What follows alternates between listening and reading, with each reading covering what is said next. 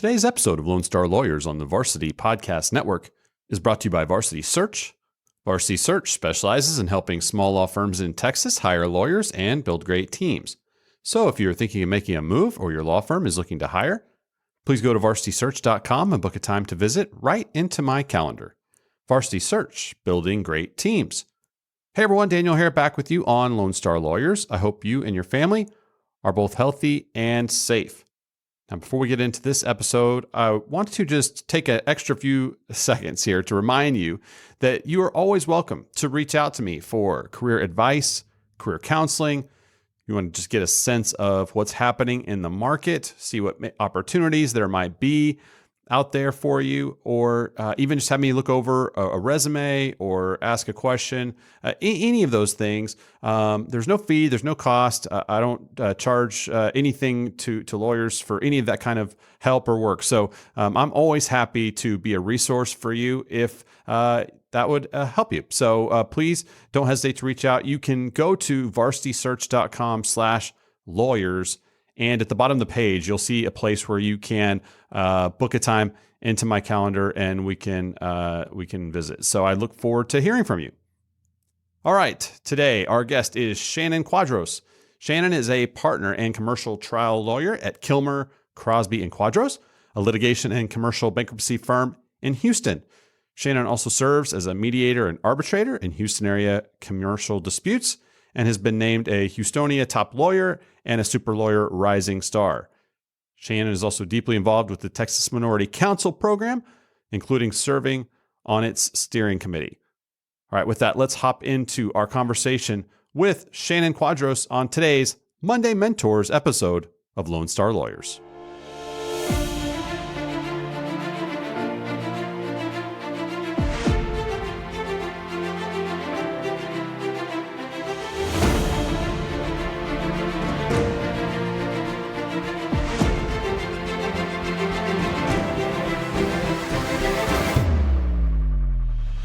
Shannon Quadros joins us now. Shannon, thank you so much for taking the time to be with us. You're very welcome. Thank you for having me.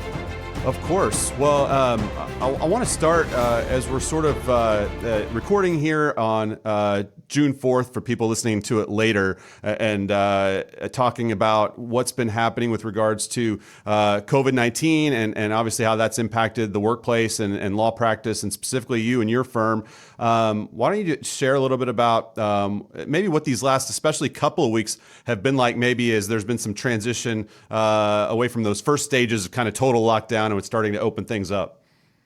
So it's been an interesting time, not necessarily for the change of structure of my firm. It's just that perhaps how we deliver services. Yeah. Interestingly enough, between the multiple hurricanes that Houston has had and the just general, in Houston, about every 6 months, there's a major flood, there's some shutdown, or there's a storm coming. Right. And between us transitioning to be as paperless as possible, we switched to an almost virtual office system anyway to have it handy because we like the ability to be, we could be on a beach in Thailand and still send out an email. So about 2 years ago, we largely transitioned all our systems to the cloud. Actually, everything's in the cloud. Our phone systems, our email, one of the other things was also for security. If someone stole my laptop from my car or something, there's nothing on there. It's just a dummy terminal. Everything's in there. So functionally speaking, us not being in the office didn't really change anything except for the fact that if I had to do certified mails and for large print and scan jobs, things changed. But for most of my partners and I and my one associate, the only thing that's changed is that we don't get to visit with each other sometimes during the week and see each other. So there's some aspect of collaboration, but our functioning, our back office is really transparent to us. Nothing's changed. Yeah. Delivering services to our clients, getting some clients used to the fact that you're not going to see me. Not that we saw them a whole bunch to begin with, to be honest, but that a lot of things was going to be electronic. I was encouraging them already to scan things, but signatures or e-sign or DocuSign. Yep. And the fact that they are attending a hearing with me on Zoom, which was interesting for them. Yeah. Which I actually recommend for most of my clients if they insist on being there or if they have to be there, to specifically say we're going to turn the video off. You're going to be there audio only, just because it's one less thing I have to control. Right. I'm sure those are some interesting conversations for sure. What about just in the way that the legal community has been transitioning through this, whether it be the courts and the judges or opposing counsel, the local bar? Kind of what have you been seeing here in the last few weeks? I've actually been very impressed with the legal community, particularly in Houston, and even directives from the state about reminding everyone that lawyers need to do their jobs because that's how the democracy survives. And we may not think about it, but even it's keeping, we quite like highways and ports and roads and bridges, the legal system has to keep going. Otherwise, the country grinds to a halt, because we don't think about it even in terms of processing of payments, of transactional work, deals getting done, even sometimes if people have minor disputes, but allowing people to move forward. So getting that directive from the Supreme Court of Texas saying, "Hey, no, we are essential." Yeah. To other lawyers and judges also taking it very seriously. I had admittedly a rather curmudgeon group of attorneys on the other side of a case, but they unequivocally said when this came down, they said, "We're not going to essentially put ourselves into if we're talking about depositions, saying we don't want to be essentially in a gas chamber with potentially sick people and without having to ask everyone, hey, do you have an underlying health condition that you could be at risk?" They're like, no, that's just a terrible idea for everyone. And the fact that they said that and said, okay, we'll take our time. Let's slow things down here. Maybe let's just do a blanket abatement for 120 days so that no one's even worrying about it. Right. And they were so sort of congenial about it that made me sense like, okay, yeah, maybe we all need to take a pause. But again, some of this is client driven. If your client's having an emergency, it may not be so easy to do. Yeah, no, I think that's a good point.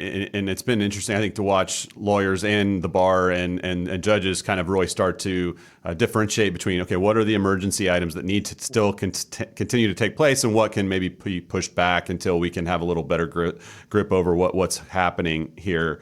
Well, is there anything you've talked about online hearings, maybe pushing back depositions as well? Are there things that you've learned in kind of practicing completely remotely in the last couple of months that you feel like is going to stick with you and your firm as you move forward, or maybe even stick with the whole legal practice moving forward, or maybe something you hope that'll stick? Well, I really do hope we continue to do some of the Zoom meetings and even the telephone conferences. It boggled my mind, especially when you had discovery disputes, that instead of making the lawyers trudge down to the courthouse, we end up sitting in the courtroom for 3 hours, waiting till we get called as part of a cattle call docket, getting our 10 minutes and then going back, when I think it would be better, it'd be more efficient even for a judge to schedule a conference call time. Yeah. Everyone gets scheduled, we get on the docket, and then takes off the burden, even everyone going to the courthouse, parking. Yeah. I mean, I can't even think about just, if you're really a big tree hugger, the carbon footprint of that whole process. Right. Versus just the efficiencies, and even ultimately the clients win, because I sometimes have to go down for really a 10-minute discovery dispute. Yeah. And it's a 3-hour experience. Right. And it's 3 hours of my time. It's legitimately, I've got to sit there because they say 10 o'clock, you got to show up. Yeah. And I don't get heard till about 11:30, and I'm there, and then I've got to do some follow-up, and then I got to do a whole sort of debrief for my client, when that could have been maybe a half an hour billing to my client. And so I hope that courts will embrace using Zoom meetings for smaller matters, using conference calls for smaller matters, because I think it'll be ultimately more efficient. Yeah. And I think the clients, ultimately, if we're doing this, if our goal is that the clients are getting our best service, this actually does it's a direct tangible benefit to clients. And then I think also a better view of our profession, that we're just not out there to bilk them for all this time and money. Yeah, no, I think that's absolutely right. And it'll be interesting to see as we kind of turn the corner on this, what does stick around and become more typical moving forward. So, well, why don't you share with us a little bit just about your specific firm, your practice, who you represent, the type of work you do? Let us hear a little more about that. Sure. So I am a construction and real estate attorney. I primarily do construction real estate disputes, though I would say about 20 to 30% of my practice is somewhat transactional in nature, in the sense that I have some commercial clients who've got some complicated leases that they tee up and have me review. And particularly in the construction space, the drafting of the construction document between general contractor and owner, or owner and architect is actually, I think, much better viewed through a litigation eye, because there's so many pitfalls. Yeah. So that's roughly my personal practice: real estate and construction, 80% litigation, 20% transactional. I have two partners that do nothing but commercial bankruptcy. Yep. So, yep. Small, mid to small size companies up to probably maybe in the double-digit millions. We probably couldn't take on, an American Airlines bankruptcy, but right. But we can do some pretty sophisticated companies, particularly privately held ones. Yeah. And I have one more partner that is a transactional attorney, even though primarily in the real estate space, as an industry focus. She is a corporate attorney that does a lot of specialized formations, acquisitions, things of that nature. Yeah. So there's 4 partners in total, and we have one associate that does a little bit of everything that we give him. Sure. Well, on the bankruptcy side of things, are you starting to see an uptick, or are you expecting an uptick as we're going through kind of this economic challenge and related to COVID and all of that, or is that still sort of a few months away to know kind of what shakes out? What are you seeing or expecting there? So even pre-COVID, I would say for all of 2019, mm-hmm. my partners and I have been talking about the shoe's going to drop for retail. The shoe's going to drop for retail. Yes, and right. I think a lot of retail was hanging on for its dear life, and then the kill shot was COVID-19. Yeah. COVID literally finally was, a lot of them were just stringing along, but then COVID just finally was the kill shot.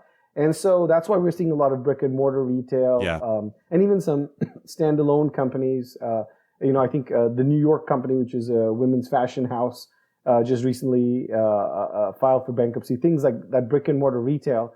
We already started to see it die, or this model's changing. Yeah. So we thought that was coming all of 19, and it didn't quite fully come to fruition until now. We also, with separate and apart from COVID-19 in Houston, oil and gas was already starting to see some numbers, primarily because demand had sunk. It was not a supply side problem; it was a demand problem, and there was just Russia, China, and India all had slowed down tremendously. Yep. Europe was in just this funny state because they hadn't figured out what Brexit meant, and realistically, the only economy in the world that was going was the United States. So demand was just nothing. Yeah. So oil and gas, even pre-COVID, was already feeling the pressure. And then, COVID was just, okay, a once in sort of, 100-year event that comes in and just adds fuel to the fire. And so, bankruptcies are being filed left, right, and center. I think, interesting enough, oil and gas has seen a slight bump up again. Okay. So maybe some of that stalled out, but I think a lot of the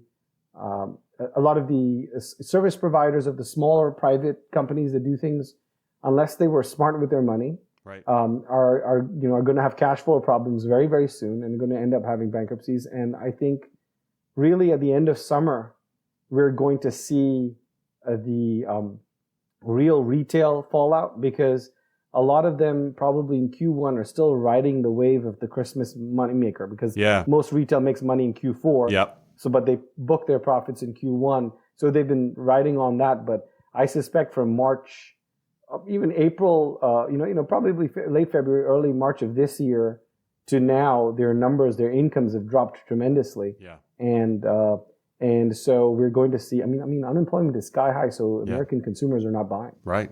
Right. Well, it's obviously a difficult time for everyone that's in those industries and across all these sectors. It's interesting you were talking about how retail was already kind of just hanging on, but then this was the kill shot. We were just talking, my wife and I actually were just talking about the movie theaters and how they were already kind of in that same boat because of how streaming and OTT, Netflix and everything else was taking a lot of energy and spending money out of the theaters and production companies and studios were already starting to put things direct onto Netflix, and then here comes COVID, and just doesn't let you go into the movie theater period anymore. And so now, article this morning about AMC not sure if they're going to be able to reopen, and so it's just wild how these industries that are already kind of struggling then just get hit with this double whammy. As we're talking here to lawyers, and one of the reasons I ask about it is, because one of the questions lawyers always ask me are they're looking for maybe a niche practice area to go into, and what's going to be, a good area to be in. And so ask a bankruptcy. We talk about labor employment a lot and other things that are, either on the horizon or just kind of always constant. And so it'll be interesting to see kind of, what the legal practice is that rises up to meet some of these challenges.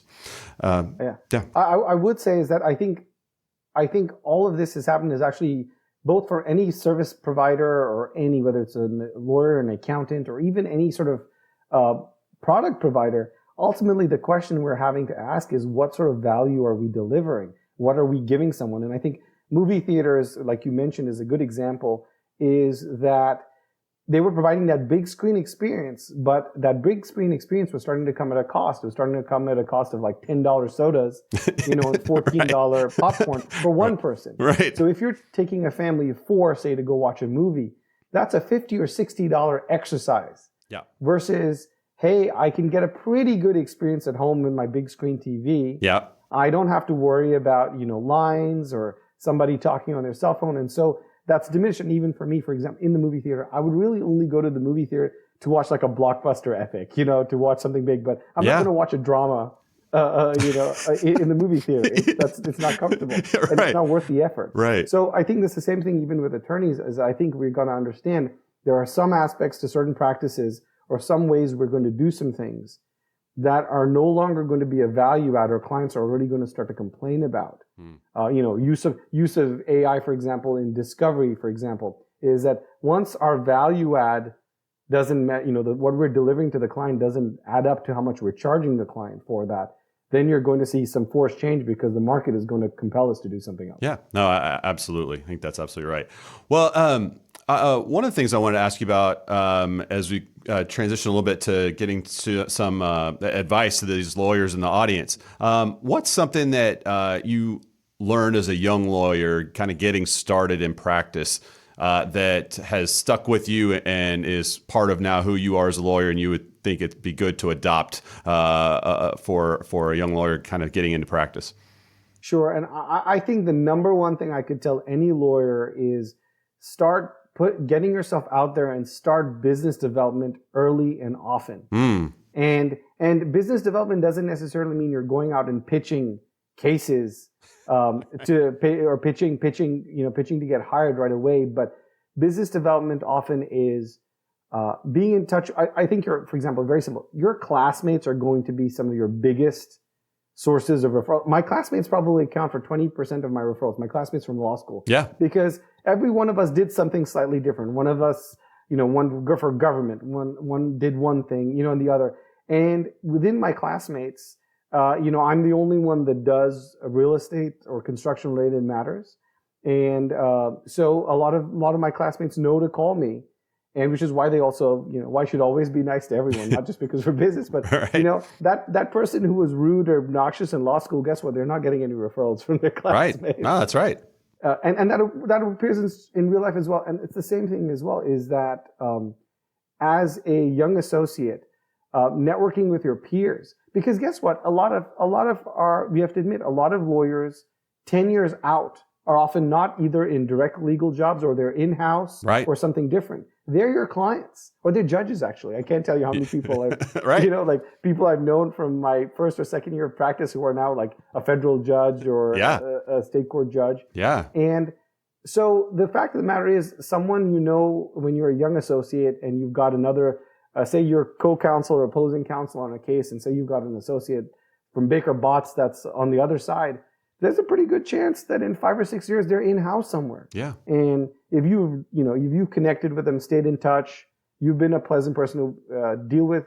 Actually, if you made such a good impression that they were on the other side and said, "Oh wow, you did a really good job." Right. Those things, and so that's why get yourself out there early and often, and So business development, particularly for young associates, for me is establish yourself as someone who knows something about a particular area. Like put on a CLE, volunteer to go, even if it's at your local bar. Sometimes it's hard to get on the state bar conference and say family law and be the speaker. They've got some 20-year veterans out there. But I bet if you've got an interesting topic, your local bar association, whether it be in Austin or Waco or San Antonio or Dallas or Houston, is looking for a younger associate to put on because you've done the research, you've done all the heavy lifting for your summary judgment motions and what in particular aspect of law is. Convert that research into a 30-minute presentation, a few slides, and suddenly you're now the expert on X. Yeah. And that's how, getting out in front of people and letting people know you exist. Right. Is just simply half the battle. And doing that early and often. And I would tell every associate that, maybe in year one, learn the law a little bit, but year two, your goal is to try and be presenting or connecting with your peers as often as possible. Yeah. Because it takes 2 or 3 years for that to, to foster and grow. And so you plant a seed in year 2, year 3.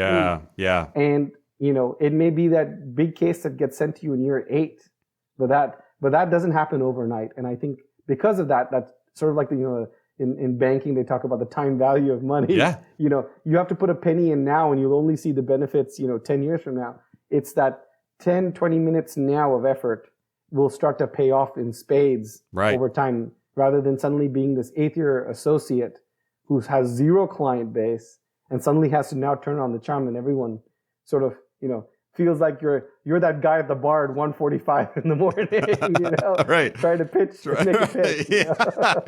Right.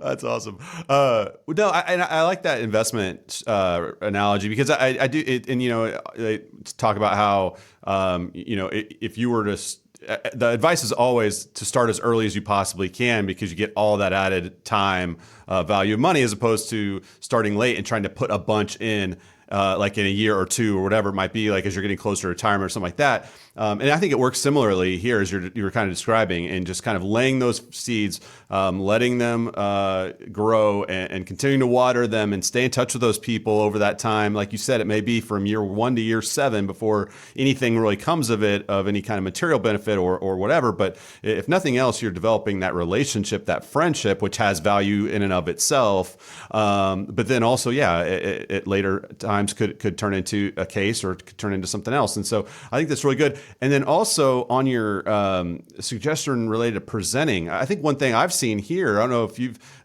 seen this as well, like in our local Inn of Court is a great place. And where I think young associates, I've seen a couple do this. I think it's really a neat thing for them to pair up with a more senior partner attorney, maybe even from another law firm, but to kind of, like you said, the associate does all the heavy lifting, does all the research, puts together the presentation, the slides, but then you also have that the more senior partner to kind of bring credibility, to bring the crowd in or into it or whatever. And you get to develop that relationship though with that more senior lawyer as well over the course of that, and develop your reputation with them, as well as then the audience for that presentation. So I've seen that, I think, work pretty well also, and it goes along with what you're saying.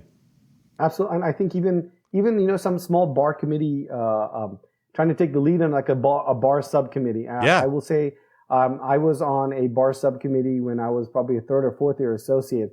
And then I did that, and about a year and a half later, I was transitioning jobs. And it was interesting is because one of my co-chairs, when I told her what I was looking to do, 2 days later, she said, "Shannon, here's the name of XYZ partner at major law firm. They're expecting your call. They would like to interview you." But that's partly because she saw how I had worked. Yeah. She had seen what I had done, and it's actually how you foster your network, because it's not just about cases. It's about opportunities. It's about people knowing, talking to people about what they do, or that the fact that they refer you to people. And people getting to see that, oh, this is a person that's competent. Yeah. This is a person that's there. And especially I know inns of courts, at least in Houston, there's federal judges that are members. And getting that sort of exposure having that sort of, guess what? Federal judges know some people. They know a few people, right? So if you're in a need, it's sort of being able to, I tell people, you never want to get a job, or a case or something. It's really hard to do that when you're desperate for those things. That's why I think the day after you get a job, you should be networking like you need a job. Yeah. Because that is how not only do you find out about things, but then people also get a sense, then the pressure's off you. Right. You're in this position and so that's why it's just easier. And then you just hear about things. Because I think a lot of, this has been a trend for decades now. No one's in the same job for their whole life. Right. We have to acknowledge that you're not going to be in the same job for 5 or 6 years. Some longer than others. You may be in something for 10 here and there. Like I'm in private practice. It's my own firm. So, short of Tim Cook calling me and saying, "Hey, Shannon, come be the GC for Apple," I'm not going anywhere. Right. My partners we always talk about that story amongst us is like, hey, if the $13 billion hedge fund calls, I'm peace out. I'm seeing you. Sure. But apart from otherwise, that, no. But it's so this is why I think getting yourself out there, just so people know. I once taught a class, a CLE, on rainmaking for associates, and one of the things I said was, everybody should be able to say what you do. Yes. And if no one knows you, if your peers don't know you, whether it's even going, if you're in bankruptcy, if you're not going to that big bankruptcy conference and people seeing that you simply exist, you're going to be forgotten. And so that's why part of it is, that's why I like presenting, is because everybody's forced to see you. Yeah, absolutely. Versus when you just go in a conference and you have to mingle. But if you're presenting, everybody knows your name. Your name is actually printed on the brochure. Right. And that's why I like it as a very effective method of getting out there and developing your business and ultimately developing your brand as, there's XYZ person. They're the best tax controversy person in Waco. No one better. Yeah. And that's how you get clients, and that's how other lawyers even, again, 50, 60% of my work comes from other lawyers. It's not from what I call civilian referrals. Right. Yeah. No, it's funny you mentioned that. I think one of the things that I hear a lot, and especially as I counseled law students in my prior role at the law school at Baylor, but even since in counseling lawyers, is there's this fear about being pigeonholed, right, into kind of one thing. And which on the one hand I understand, but at the same time, like you're talking about, the best way to stay in someone's mind in terms of referring cases to you is to know what you do. And if you do everything, you don't really do anything when it comes to a referral. And so if someone is going to refer a case and it's a white collar whatever crime, they want to know who's the white collar guy in Plano or the white collar gal in Houston or whatever. And if you do everything, then you're not getting that referral. And so it's interesting how that seems like it's limiting, but at the same time, it's really broadening the opportunities to get those referrals. I remember Judge Keith Ellison in the Southern District of Texas here in Houston. He's famous for asking. He often gets law clerks that will come and say, he'll ask them what would they like to do after the clerkship, and they say practice complex commercial litigation. And I remember him saying, what does that even really mean? and I took a cue from him. And whenever someone tells me that, I'll say, well, what makes it complex? And 9 times out of 10, they can't give me an answer. Oh, yeah. Yeah. And Judge Ellison's famous for saying, well, who's going to handle the simple commercial litigation? Right. Because there's a lot more of that than the complex commercial litigation. Right. That's really good. And that's the same thing, is that I run into attorneys that will say, hey, I'll ask them sort of what they do, and they say, oh, I'm a commercial litigator. And my response was, have you tried the noodles? It just, because it doesn't leave me with anything. Yeah. Even if someone tells me, hey, very specifically, hey, I represent credit unions in issues. Again, I think credit unions is something sticky. It gives me something to remember them by. Right. But the irony of it is, I know there's the temptation to think that it will pigeonhole you, but I tell people I practice a very specific industry, but I get lots of other cases from that halo. People ask me if I do family law. I say no, but I will send it to my family law friends. Yeah. Who then, if I keep them fed, they tend to remember me. He's like, oh, there goes Shannon. He sends me one divorce case a month. Yeah. Yeah. And it's a wonderful, helping to feed other attorneys is a wonderful way to get cases back. Right. Yeah, absolutely. I think that's very well said. So when you are going about the process of hiring an associate, what are some of the key things that you're looking for on both positive and the negative side? What are things that you're wanting to see? What are things that are turnoffs or things that kind of make you go a different direction? Sure. So because my practice is still largely litigation based, I still look for those sorts of things. Yep. If I'm, being sort of non-traditional student myself, I was almost 30 when I started law school. I had another graduate degree in engineering. I do like to see some people that didn't quite go K through law school. I do like to see someone that has a little bit more, a more work experience.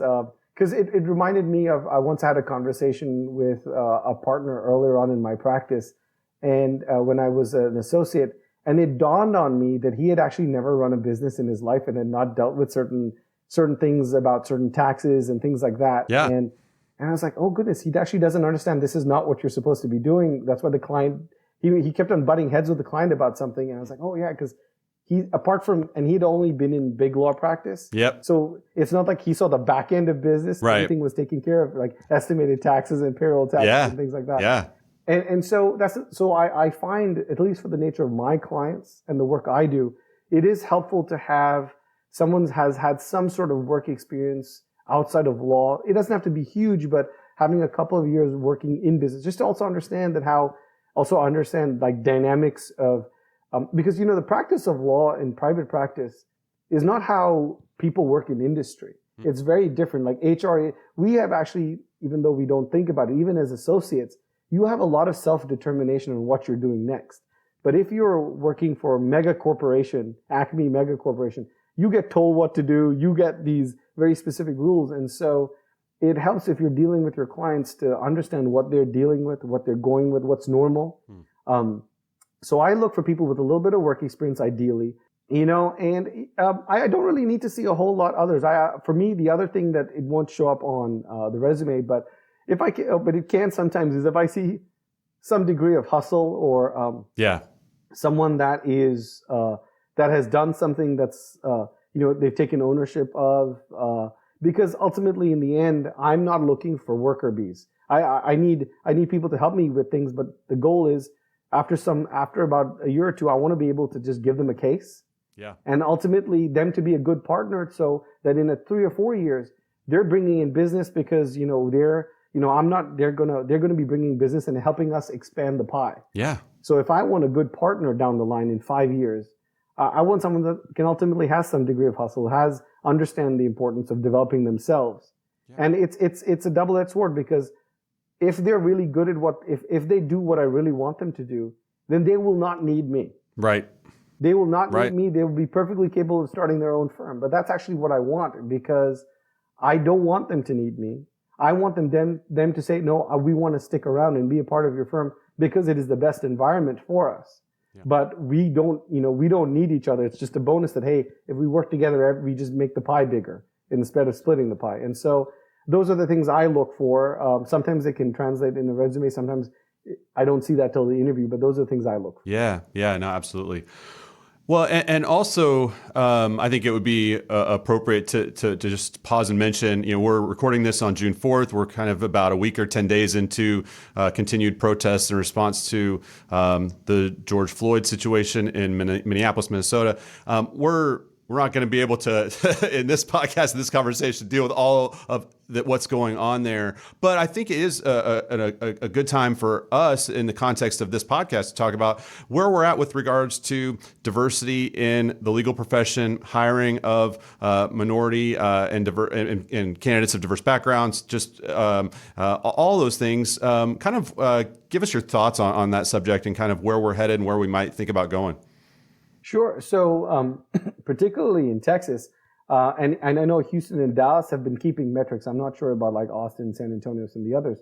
I know Dallas about a year or two ago had come up with some rather sobering statistics that despite efforts otherwise, their diversity numbers after they did a survey of the firms in the Dallas metro had dropped.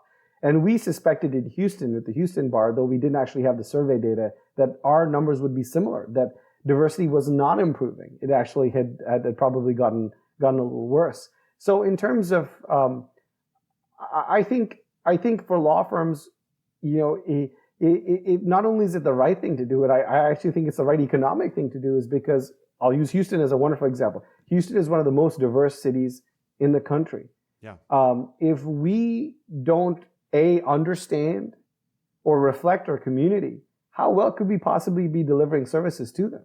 Yeah. If there's, I was looking at the ballot, the paper ballot in Houston's got like 7 or 8 languages on it, right? Right. And so that means if it's big enough that there's enough sub-communities there that they had to put other languages in, are we actually leaving money on the table as law firms about not catering to these markets, about not providing services? And also, by that same token, we have to acknowledge that people live different experiences. And so if we don't invite those experiences to come to the table, we cannot actually we have a lawyer's creed to be, we have an obligation to be proficient. We have an obligation to understand the law and apply the law. And if we don't see how different people different from us think, and whatever different is from us think, then we're not able to do it. I think there's a famous TED talk about an African-American gentleman who sits and has dinner with Klan members because he believes not only do they benefit from him listening to them, but them listening to him. Yeah. And if we don't sort of engage, we're never really going to understand what's going on or what people have. And I think law firms, the legal practice has a long way to go in terms of diversity, because the fact of the matter is people of color and women in general are not very well represented as equity shareholders in lots of firms. They often, lots of women, I'll use women as an example, lots of female associates get hired, but by year 5, they're gone. And it's not everyone's the old, trite, they went off to have a family. No, maybe they went off and have a family, but they want to be right back. But they've also seen that this law firm you have is not a environment that caters to that or fosters to that. Right. But so I think more needs to be done even in terms of not only just mentorship, but actually sponsoring. There's studies that I think Harvard did about how they presented the same writing sample, but changed the name. One that would suggest someone that was an Anglo person, and one was some person of color. And they would present them, and sometimes they would send it to attorneys about 2 or 3 weeks and months apart. And the criticism of the writing was dramatically higher for people of color or women than they were for someone who was not. And that shows that there's these implicit biases, and I think firms need to understand that. They just assume someone is doing something, and I think that is all born largely out of, whether intentional or not, ignorance. Yeah. And so I think why this all matters in the long run is because these sorts of things are pervasive if we understand and we first recognize clearly what the killing of Mr. Floyd has revealed is that people of color get treated differently. And not treated differently for a good reason. Right. Treated differently for a bad reason. Right. And clearly that the certain privileges that some people have, whether it's economic or not, get applied to one set of people. And the law is supposed to be blind. Yeah. And so clearly is there a gap, and I think a lot of people were refusing to even acknowledge there was this gap. Yeah. I think that some degree that acknowledgement of the gap is there. It's now, what do we do about it? Right. What do we do? How do we correct? How do we, and even just, how do we get involved? And I think part of that is actually acknowledging there's a problem. And I don't think anyone has necessarily this magic solution, but if you deny, accepting that you have a problem is you're halfway to that solution. Yeah. But if you deny you have a problem, you're never going to get anywhere. And I think we have to acknowledge there is clearly a problem. People have been screaming it from the rooftops. I think hopefully some people's eyes have opened now. Yeah. And they see, okay, all right, this is bad. This is not good. This can't go on. Yeah. Yeah. Well, thanks for that. And I think that and as we kind of move forward in the legal profession and with our lawyer clients and law firm clients and all of that, that within our sphere, and that's what I've been talking about the last couple of weeks, is sometimes the problem seems so big, it's kind of that what can I do thing, but everybody has influence over their immediate sphere, and wherever they go to work every day, and wherever they go to worship every day, wherever they go to school every day. And so looking at the places right around us can help bring it more into clarity in terms of opportunities to try to help be part of the solution to these issues. And so I appreciate you sharing those thoughts with us. Well, we're running short on time. This has just flown by, and I'm so grateful to have you be part of the show today. We've got some rapid fire questions here to close our time. If you're ready, we'll jump into that. Absolutely. Go ahead. Awesome. Well, let's go with, okay. Name one trait or characteristic you most want to see in an associate. Timeliness. Good. Timeliness. What habit has been key to your success? Networking. There you go. Favorite app or productivity tool? Evernote. All day. Oh, good one. Yeah. Favorite social distancing activity? Evening walks when it's not 1,000 degrees. Yeah, we're about to lose that one. That's been nice during the spring, but we're about to lose that one. Lastly, favorite legal movie? I originally was going to say Legally Blonde, but I'll tell you my actually truly favorite legal movie, which most people don't think is a legal movie, is The Exorcism of Emily Rose. Ah, yes. Which is a horror movie, but the entire backdrop of this movie is a trial. Yes. It's so interesting you say that. I want you to tell a little more about that to the audience, because I put together this master list of like every legal movie, because we're doing deep dives into legal movies occasionally here. And I saw that one on a list, and I have not gone into, okay, why is that one on the list yet? But I saw it and I noted it. So, tell me more about it. Sure. So The Exorcism of Emily Rose is quite like the name suggests, is a movie about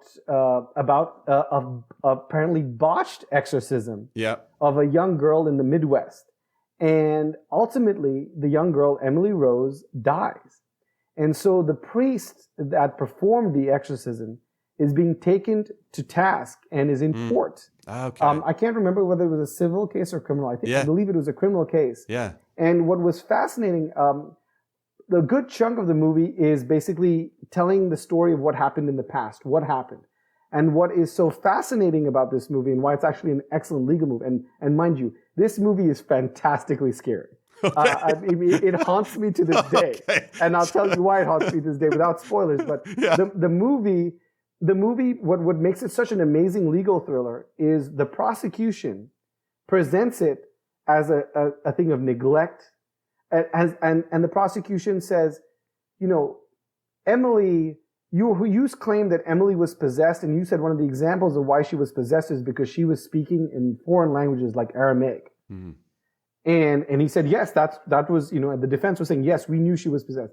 But then the prosecution say, wasn't she a very religious girl? Didn't she spend time in the Holy Land? Couldn't she have been exposed to cultures that spoke Aramaic? She was very religious and deeply into religious studies. And so for every spiritual, demonistic argument they came up with, the prosecution said, but couldn't we have explained this by science? Couldn't we have explained it with, there was examples, and this is the thing that still haunts me. A lot of the shenanigans in this movie happens at 3 a.m. Okay. And the religious equivalent was the demonic twist on the death of Christ at 3 o'clock in the afternoon on the cross. And so this was their ultimate. Sort of, I think, but they were saying, but it wasn't 3 a.m. There was a thunderstorm, and that caused the clocks to go on the fritz. Right. And everything. Why this movie haunts me is randomly I'll wake up at around 3 o'clock in the morning and I'll think about it. It's like, oh no, Emily Rose. Oh no. Gosh. But this whole movie is the whole movie. What it just goes back and forth with. So what it messes with you and why it's, I think, such a wonderful movie is it calls into question both on one side, oh, I thought that was just a logical answer. Could it have been something more? Or something that I thought was sort of demonic or spiritual? Oh, there was a perfectly logical answer. And you're just torn. And it's remarkably scary. It is a genuinely scary movie. Yeah. But it is actually a wonderful, I think if you are a trial attorney, to see, look, two people looking at the exact same thing, and we see this in politics today, can come up with completely different interpretations of it, and they could both be right. Right. Well, I'm glad you mentioned it, and now I'm looking forward to it. So thanks for that, and thanks for, again, taking the time to come and be with us and share. I really appreciate it, and we look forward to staying in touch down the road. All right. Thank you so much, Daniel. All right. My thanks again to Shannon Quadros for joining us on the show today. If you enjoyed this episode, would you consider doing two things for me? Would you subscribe so you don't miss an episode? And then would you also go to iTunes or wherever you get your podcasts and rate and review the show? A number of you have started to do that, and we've started to see that, and I really appreciate it. So thank you for that. If you have any suggestions or thoughts about the show, or if I could help you in any way, please email me directly, daniel@varsitysearch.com. Also, don't forget, if you or maybe someone you know might benefit from just talking to someone in terms of career advice, career counseling, the market, any of those things, you can go to varsitysearch.com/lawyers and go to the bottom of the page, and there'll be a place for you to book a time there. I encourage you to do that. All right, that's it for today's episode of Lone Star Lawyers. Thanks again so much to each of you for listening. I'm Daniel Hare with Varsity Search, and we'll talk with you next time.